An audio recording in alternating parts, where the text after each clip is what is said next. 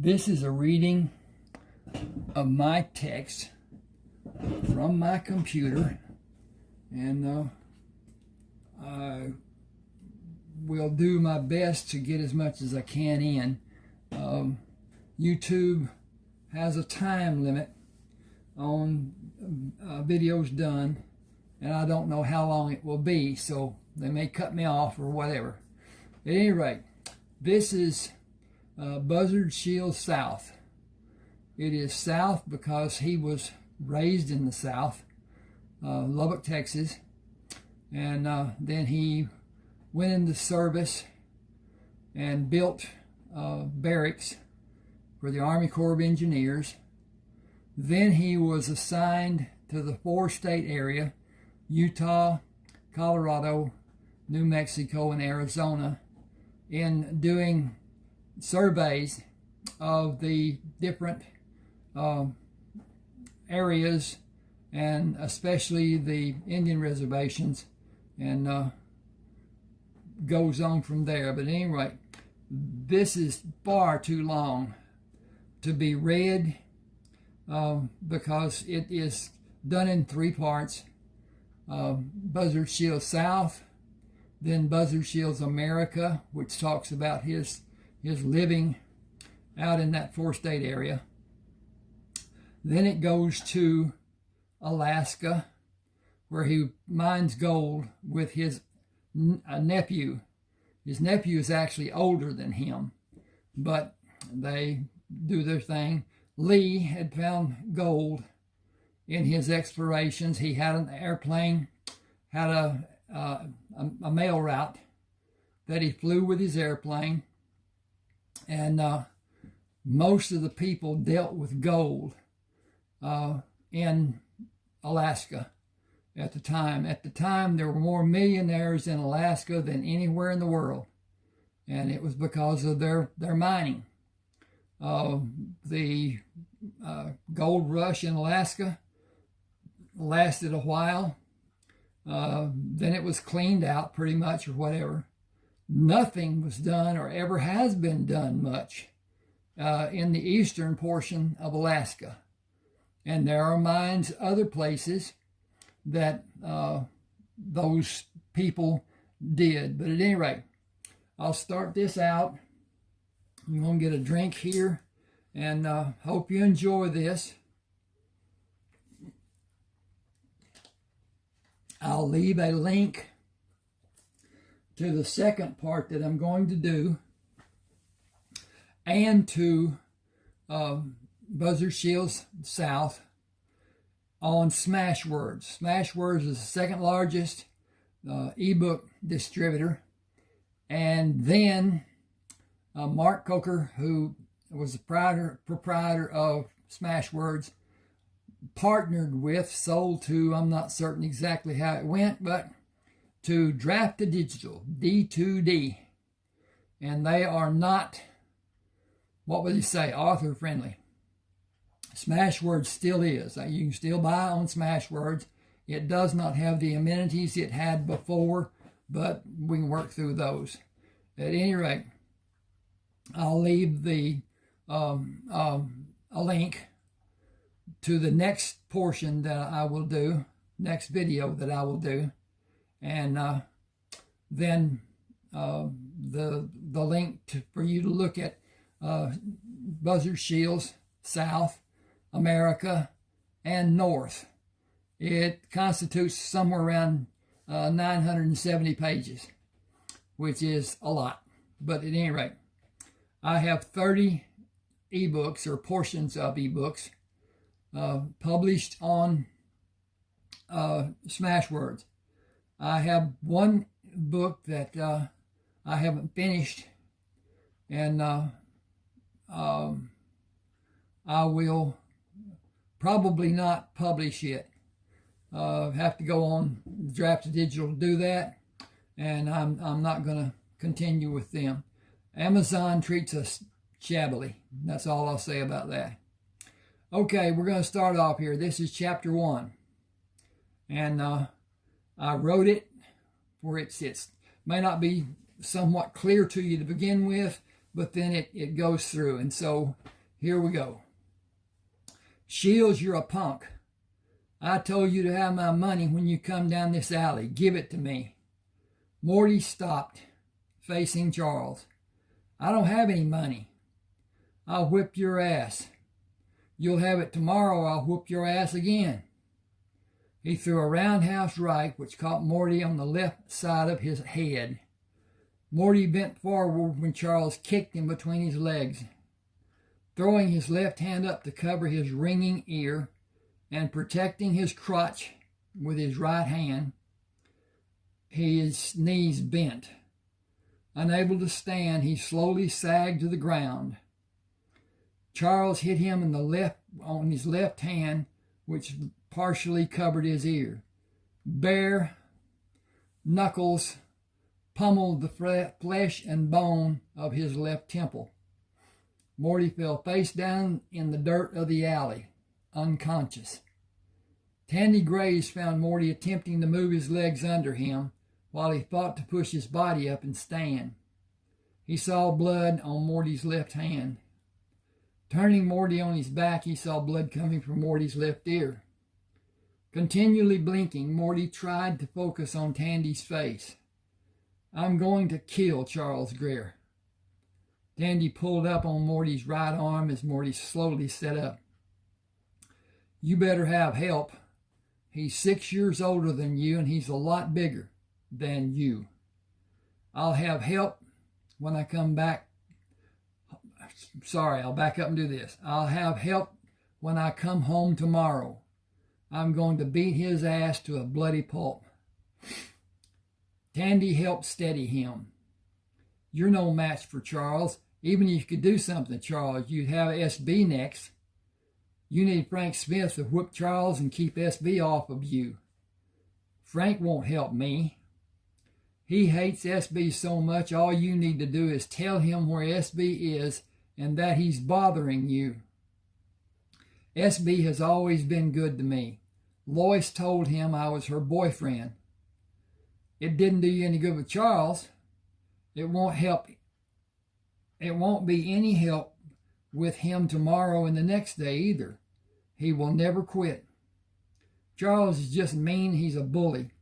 I'll cool his heels tomorrow, and I'll never go empty-handed again in this part of Lubbock. I'm going to the end of the alley and wash the blood off the park. I'm going to the end of the alley and wash the blood off in the park before I go home. Can you help me? Can you stand and can you see? You keep blinking. Is your eye hurt too? I'm getting to where I can see better. He about knocked me so silly I wonder if I was out. He's a coward and a bully. I'll fix his wagon if he's waiting on me tomorrow. I'll be ready for him and he will not know what happened to him. He bent over when he walked by the fence behind his house to avoid being seen by his mother. At the end of the alley, he looked both ways to cross the street and went into the park. He looked up at the slide to be certain someone was not coming down before he moved in front of it and went to the drinking fountain. Holding the edge of the fountain for stability, he stepped on the foot lever and put his face into the stream of water and drank 4 gulps. The swimming feeling in his head slowly subsided. Kenneth Greer came from the clubhouse and slowly walked toward him. Did you have a fight? Charles hit me. He doesn't like you. Hell, he doesn't like me. Louie told him if he beat me up again, she would tell Mama. Mama would beat his ass, and he knows it. Tell him to leave me alone, and he'll be sorry he didn't. I'm not going to tell him a damn thing and have him whoop my ass again. You can do anything you want to him. I don't care. What about SB? He don't care. You could probably kill Charles and SB wouldn't give a shit. We would have one less mouth to feed. Frank Smith will whip SB's ass. Damn it, all the hell, don't tell Frank that SB did anything to you. I won't, but I'm going to beat Charles to a pulp. SB better leave me alone. You couldn't in a million years. He's twice as big as you. He'll always be too big for you. He better leave me alone.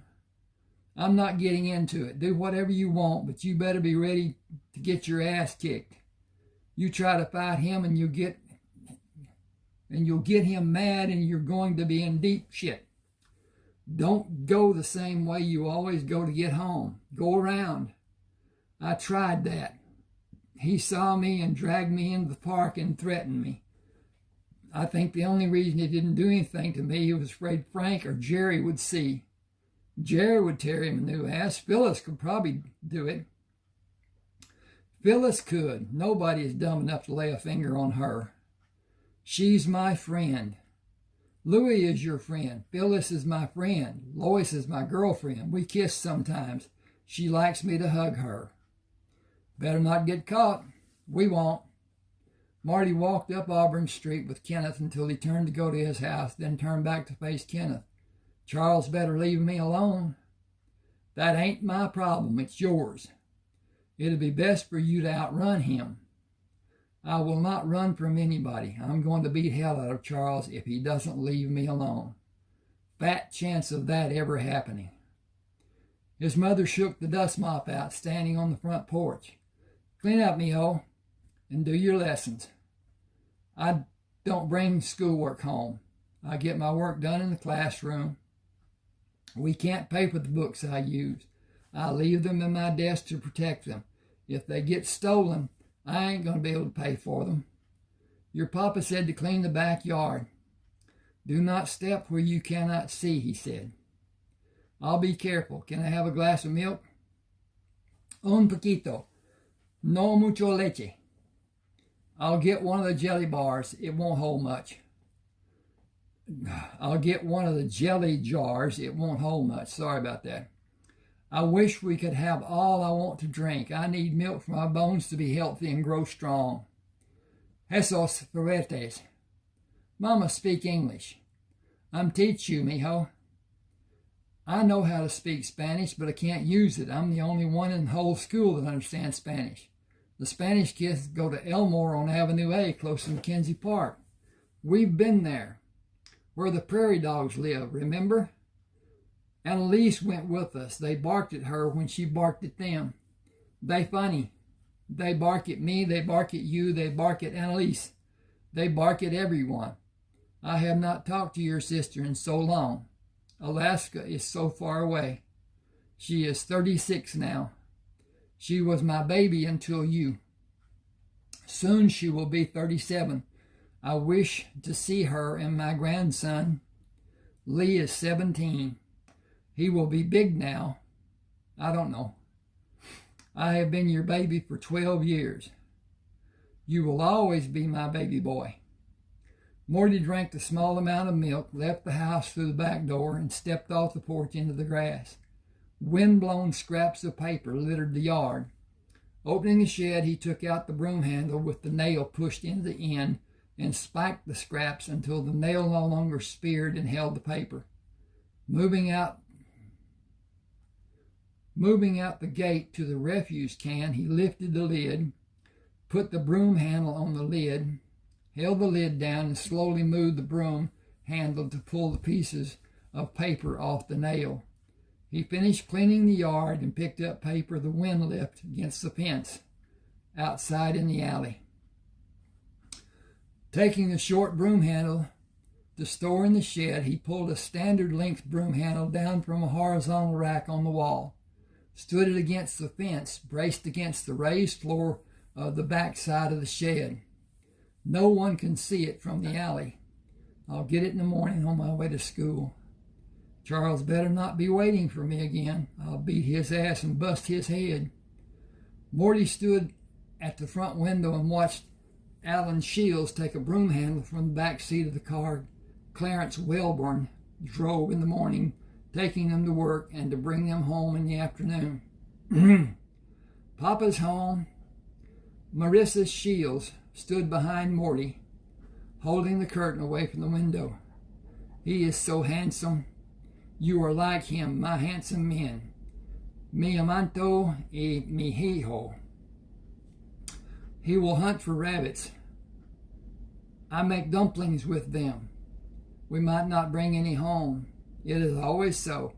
We never go hungry like my family in Mexico. It was hard for us to live. Alan kissed Marissa and gave Morty the broom handle. He pulled 2 short pieces from his back pockets. Put these in the shed too. They will play fight with them. We will play fight with them after we come back from hunting in the pasture. Morty twirled 1 short piece through his fingers and dropped it. He looked up at Alan after he quickly caught it as it bounced up from the floor. Quick as a cat, but you are still not considering the limits. Everything has limits. Get your guns in the bag. Clarence will meet us in the park. Get our guns in the bag. Walking on the road leading to the pasture, Morty considered Alan's words about limits. They did not speak about going to the pasture, fearing someone might hear and report them to the college. Even with the threat, they did not attempt to hide. They were proud men. He climbed through the barbed wire fence beside the locked gate and immediately began searching the mesquite bushes for rabbits hiding in the bushes. The men stood tall to peer down in the bushes or leaned to push the limbs away to see and shoot the rabbits. Shorter than the men, Morty used the barrel of his gun to slowly push the limbs apart to see if a rattlesnake waited in the bushes. When he was sure none were hidden, he would locate a waiting rabbit and sight the gun on it. Alan took the first 6 rabbits away from the area where they were cleaned them and joined Clarence and Morty, moving from mesquite bush to mesquite bush with occasional pops from the small caliber small caliber rifles. Clarence put 9 rabbits in his bag when Alan gave them to him. I saw a lot of small rabbits. We will be able to hunt through good weather and have plenty of food for our families. Alan looked toward the setting sun. Rabbits breed all the time. I've seen thousands out here. When we were little and we came to play and made loud noises. We were happy to be away from people and felt free when we were here in the pasture. We never see all of it now because we don't go that far. When we were kids, we roamed all over it. We had to be careful and continually watch for the bull. The cows and calves aren't as mean as the bull. We didn't have guns to frighten them away like we do now. Twilight allowed them the ability to walk the distance back to their homes. The house Clarence and his family lived in was on Bates Street on the north side of the park. The sun will be up in the morning when I come to get you. Summer and long days will be here next month. We can hunt early in the morning and late in the afternoon. Good night. Alan and Morty continued through the park to Auburn Street and went to their house. Granny Bess Richardson, who lived next to their house, came out on the raised porch and waved her hand. Morty held the back legs of 2 rabbits and took them to her. Thank you, Morty. She waved at Alan. Tell Marissa I said hello, okay? Yes, ma'am. He moved down the steps and hurried to join Alan, carrying the gun with the muzzle pointed down. We will give the rabbits to Mama and go out back. Have you been practicing the new moves I taught you using the broom handle as a weapon? You said it was for me to learn to do a dance. It can be useful to accomplish many things. It was for you to exercise in a different way that I first started instructing you. We have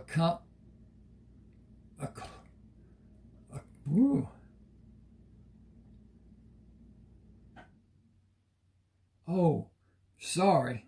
I didn't get that. We have accumulated more than I had thought to have in the shed. I have a lock to put on it and keep the contents safe. The key will be on a nail beside the door in the dining room, and I'll have the extra key in the bottom drawer of the chest of drawers. They must not be lost, or you will be sawing on the lock for days trying to cut it off with a hacksaw. Open the lock, put the key back in the nail, on the nail, before you do anything else. Keep it safe. Close the lock when you're finished using the tools inside the shed. Remind me and Mama that the shed is locked and the key is safe, okay? Marty grinned. Alan gave the hunting bag to Marissa. The rabbits are thick this year. We'll be okay, I think. Times are hard all over the world. I'll spend time with Neil. Call us before time to wash for dinner. Kissing her, he took the lock and key from the nail and led Morty outside. Remember to keep your balance. You cannot do anything if you're not in control of your movements and your body. Opening the shed, he looked at the broom handles on the left wall. The new broom handle isn't here. We need it to go on with your training. Did you do something with it? I'm going to use it tomorrow. You can use it tomorrow, but you need it today. I will have one and you will have one, and we will exercise with attacks and parries and counterattacks. You know the different moves. We will use the moves to do striking, to attack, and to counterattack. Where is the broomstick? Behind the shed, against the fence. Bad dogs? Worse. Remember to never try to... Bad dogs? Worse. Okay, remember to never try to hit anything hard. If you break the handle, you will have two pieces you may be able to use, but two pieces will not be yours to use wisely, as it will be in a short time. We will get into using the short pieces later, after you master the use of the long handle. It is almost the same, but it gives you more options and requires greater strength when you use the short pieces. It also allows you to move faster, which can cause problems you need to learn to avoid and learn how to continue if it happens. Bring the handle to me. Alan showed Morty how to move and attack and watched him practice until Marissa called him for dinner. Alan placed the handle he used in the shed. Put the broom handle back where you had it. Remember to be deliberate in your moves until you feel you know your opponent. Then do what comes naturally to you. Don't let one strike by your opponent defeat you. Act as fast as you can to gain the dominant position and strike faster and more often. Physical action is important. Mental conditioning is the only measure of winning or lack of it. Phew. Gotta remember and do this again. Mental conditioning is the only measure of winning or lack of it will lead to your being defeated. You are never defeated if you never admit defeat. Wash your hands before you go to your mama's table. Remember your manners. People will always judge you by how well-mannered you are. Sometimes I think about those things and forget. Keep yourself inside the immediate surroundings and consider what is happening and what is said. People don't always show and say what they mean. You need to be in the moment, or you may be trapped and embarrassed, or even worse. Live in the moment and let whatever may happen later wait. Always be prepared as best you can and know what is happening outside the immediate area for your safety, but never take your attention away from the immediate area for a long period of time. Time is precious. Use it wisely. Alan had breakfast and went to the front door when Clarence honked. He kissed Marissa and whispered, "Hijo has something special he will do today. Act like you don't know anything about it so he doesn't get swelled up in his pride." "I know nothing except what you tell me." "I would not know that if you only kissed me and left for work as you always do. Now I'm expecting his news of what happened." "He may not tell us anything. I want you to be attentive when he comes home from school for any indication he may give you." Morty washed at the sink, dried his face and upper body, and put on the only shirt he had to eat the breakfast Marissa had on the table. He thanked her and went out the back door to retrieve the broom handle. He happily twirled it as he walked down the alley until Charles stepped in the alley in front of him. "Give me the money you have." "I don't have any money." "I never will have." "I'll whip your ass again. Give me the money." "Everyone has milk money or lunch money. You aren't carrying anything to eat, so you have money. Give it to me." "I don't have any money to give you. I never have milk or eat during the school days." Charles threw a straight right punch that Morty parried with the broom handle, did a spin to his right to move forward, and struck Charles with a solid blow across his back. Charles turned to face Morty, believing Morty would be off balance by his turning. Charles threw another straight right. Again, Morty parried the fist away, did the same spin, and struck Charles harder than before. I will hit you harder every time you try to hit me. You've been lucky. I'm going to whip your ass. I always have. I don't care how bad I hurt you. He started to lunge at Morty and felt the end of the broom handle plunge into his chest. As he attempted to grab the handle, Morty dropped it away from his grasp and brought the handle around to hit him on the left side of his face. Spinning the handle in front of his body, Morty struck Charles on the opposite side of his face and on his left hand, then across his right leg. Morty backed away, anticipating the next move Charles would make, which was a low dive, trying to catch Morty by wrapping his arms around his lower legs. Morty hopped to his right and bounced the handle off the top of Charles' head and quickly struck the same place again and again. He turned and walked across the street that divided the two city blocks and continued up the alley on his way to McWhorter Elementary School. Marissa continued watching until Charles finally moved to stand on his hands and knees, shaking his head. Iho is growing. Soon he will be a strong young man. He will be big for his age. Even now he is. She went inside smiling, and smiled each time she thought of what she witnessed, while she did her usual household tasks. Wow, couldn't get that out too. Morty moved through the door of the classroom, sat in his desk, and placed the broom handle on the floor beside his desk. He took the first book to be used and opened it to the page the class was on the previous day. With the paper he began writing on yesterday, he continued writing. The teacher stood beside him to check his progress and asked, "Do you need the stick?"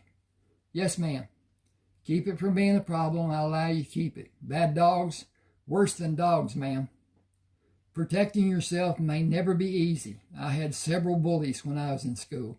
I found that force worked to my advantage better than diplomacy.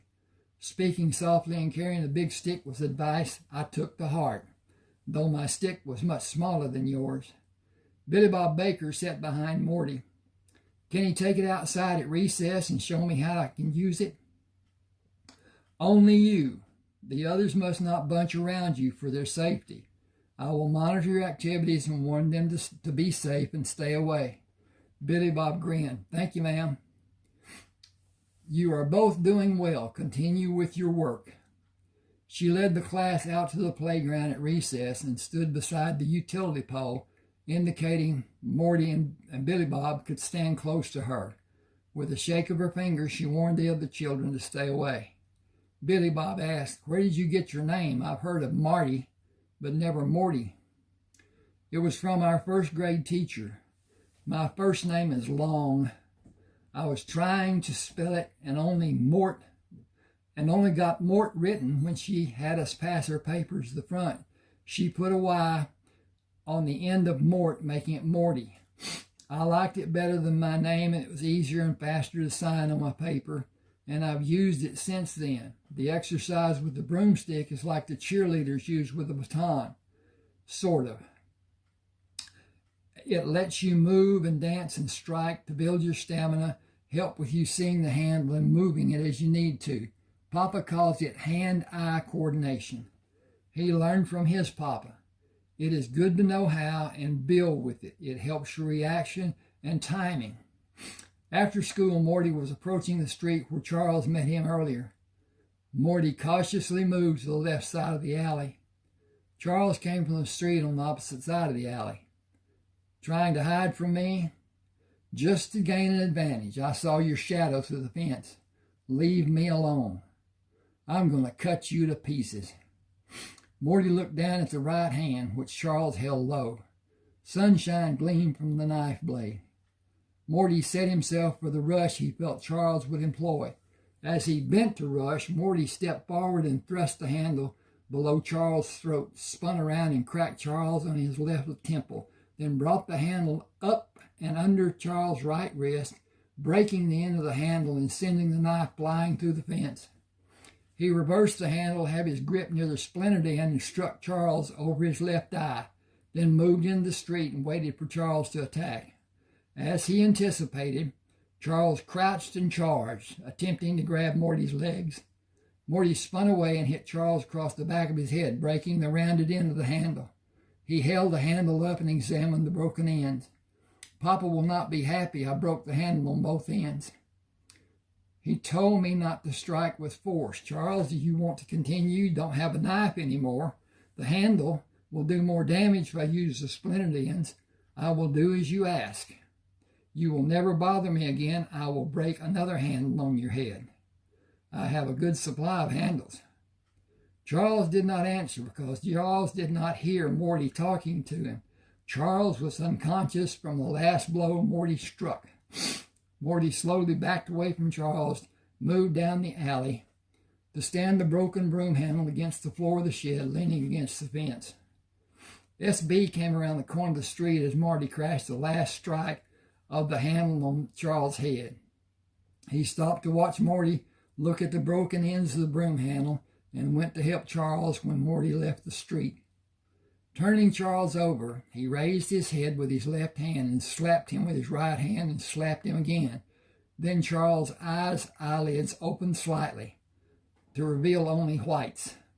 SB slapped him again. Charles raised his head and swung wildly away from SB. SB released the hold he had on his brother's head and stood up. You better leave that kid alone before he kills you. I told you earlier today, and I'm telling you now. I will not tell you again. If you want to act like a fool, go ahead. Who do you think has money to pay your doctor's bills? Nobody. I'm going to kill him.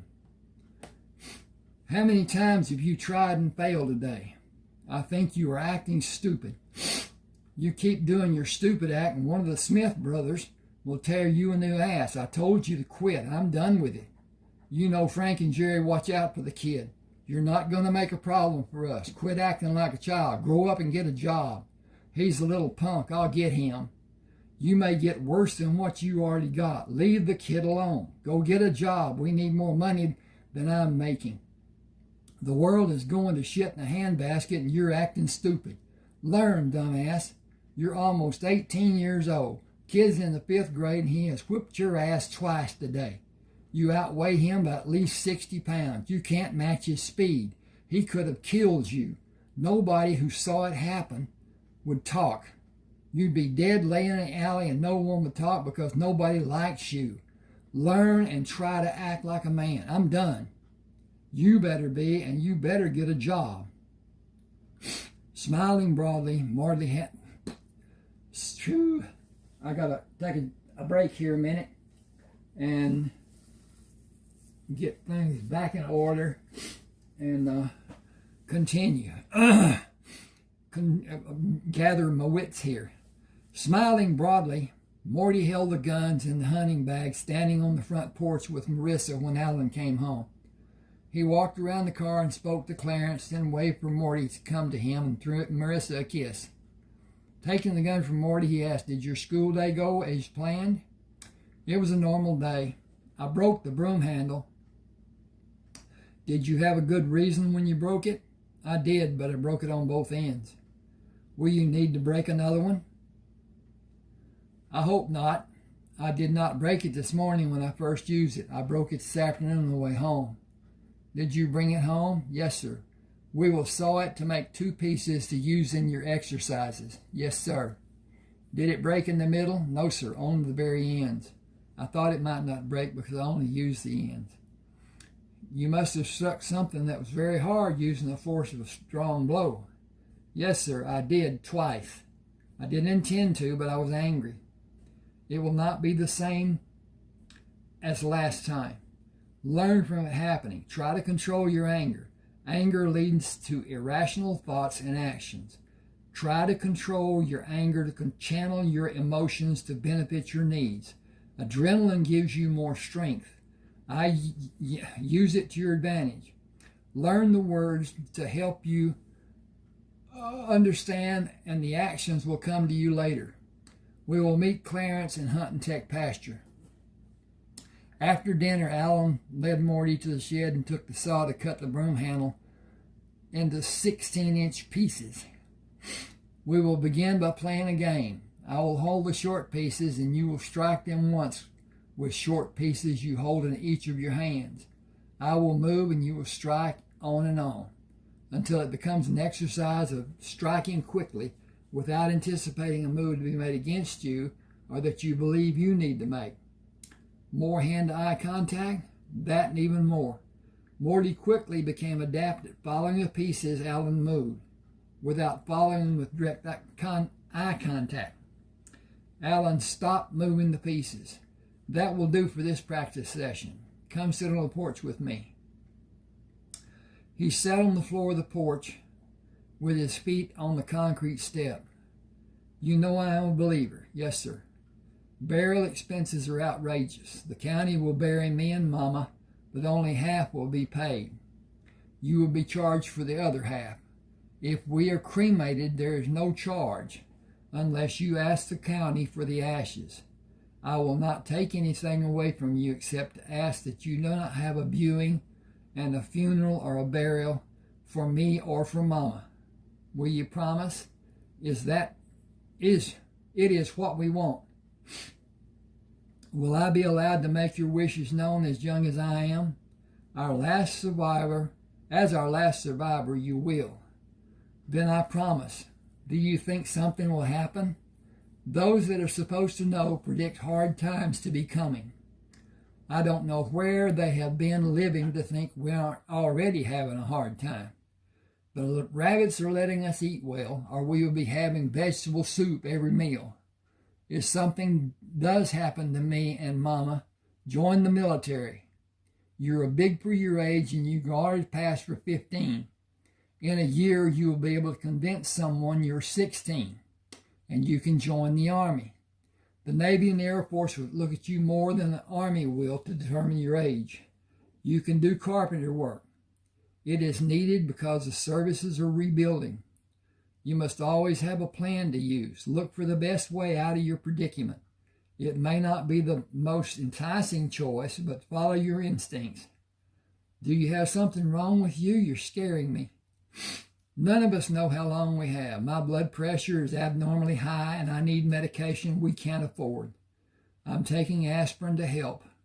You should not be afraid. You should be prepared. I know it is not easy, but you will be the only help Mama has here if something happens to me. Life is not easy. It certainly isn't fair, but we live longer lives than most animals. We must be thankful for the time we have and the people who love us and take care of us. Morty decided to stand the broom handle in the same position against the fence in case Charles tried again. He would trust his legs and speed to get to the handle in time to ward off Charles. I'm trying to get my foot moved out of here and I'm not having much luck. Oh, he was never again stopped while going to school or coming home. Okay. Okay, we're at 38 minutes. Alan continued training Morty until 3 weeks before Morty's 14th birthday, when Alan suffered a massive stroke and died at work. Marissa had his body cremated as he told her he wanted to be done. When I'm gone and it's done and over, all the tears in the world will not do anyone any good. Life goes on. Let it and live it. Say goodbye and go in the bedroom to have time to be ready for the next day and do what you need to do to keep living. Make Mijo do the same thing. Hijo, Hijo. Anyway, Clarence came to the house to tell Marissa how he died, and the next morning took Morty to Blasington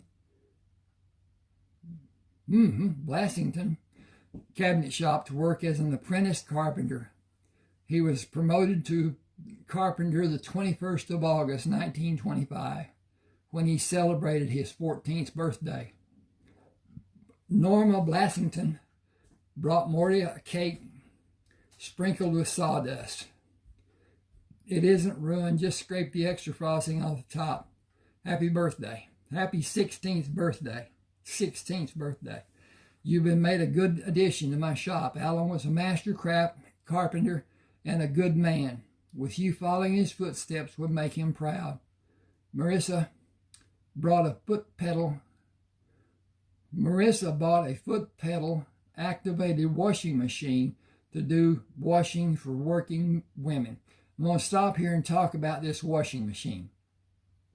It had a foot pedal that you stepped on, pushed down, let up, pushed down, let up, and it made the inner barrel move like a normal washing machine will, but it didn't oscillate. And Mother had one.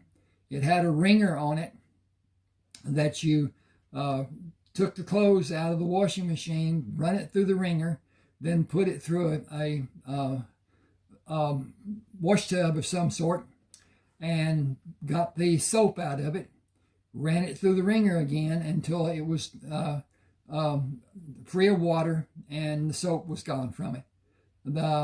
She used that until we left Lubbock when I was 14 years old and went to East Texas to stay with my grandmother and my aunt and uncle. At any rate, it's enough of that. Okay. Marissa bought a foot pedal activated washing machine to do washing for working women. Clarence took Morty to Robert's Auto Repair, where they were employed. Oops, I missed that. Didn't get it to move. As assistant auto mechanics from 5:30 until 11 at night, 7 nights each week. Christmas Eve of 1925, Clarence stopped the car at the intersection of College Avenue and 4th Street. Working at Blassington's from 15 to 7 until 5:15 and Roberts from 5:30 until 11, we make $6.75 a week. If we get up at 5 and drive to the back side of the pasture, park and lock the car and get rabbits for dinner, I think we'll be okay. I'm making more than I was. You're the next man up for crew leader when the outside work starts. You'll have a raise and you'll need a car. Get one you can depend on. A cheap car that gives you problems is just a cheap car that gives you problems. It isn't worth what you might save. So get a good car and make certain the tires will last a long time. Look for one with a clean engine compartment. Don't go to a dealer. They clean up cars and you can't tell if it was using oil or leaking anywhere. You can carry 5 guys to work if you have them gather at a street corner and don't drive all over town to pick them up. That will give you a little extra cash, 25 cents a week from each of them. Try to have guys be on the route you will drive to get to the job. Save time and save gas. He stopped in front of Morty's house. Enjoy tomorrow. We get another day off on the 1st. Merry Christmas. I'll stop for you in the morning at 7. We can sleep in until then. See you later. Merry Christmas. See you later. I bought myself a metal lunchbox for Christmas. The guys will be jealous. We start putting the pictures together in the stores the 2nd. It will help. Lots of rats in those new buildings. A paper bag will be a good target for them. My metal box will keep the bread and rabbit quarters safe. Marissa met him at the door. Merry Christmas, Hill. I make a cake for you Christmas. It will be better if we have a tree. We have much more than the neighbors. Marissa kissed him on the cheek. We have savings that is drawing interest. None of the neighbors have that. Granny Bess's lights are off. Did she go to Muleshoe? Tanya came to get her this morning. She said, Merry Christmas to you. I'm going to start making the rooms upstairs in the back addition tomorrow after we get back from hunting. I'll finish the bathroom next week when the hardware store has the plumbing parts I need. That will give us 8 sleeping rooms. $5.60 a week from one of the college girls will help. They eating breakfast and dinner will help more, and I'll wash the clothes for them and get money for cooking and washing. A house behind would be nice to have for more girls. Boys will not keep the rooms clean. I clean the bathroom for them. I kick their butt out if they're puerco. Mama, girls are not called pigs. They are called slobs. Then I kick their butt out if they be slobs. April 14th of 1926, the crew at the shop and the crew at the store were informed that Norma Blasingame passed away during the night. Burl Briscoe came to the store and told the crew he had an announcement. Friday will be the last day you will be paid for working a week. Payment will be done for you at the end of the month after Friday. I'm going to stop here and I'll make it part 2, continuing from this point. Thanks for being with me. Please subscribe to my channel and share, like, and tell me what you think about things. And I'll continue to do what I can when I can. Anyway, thank you.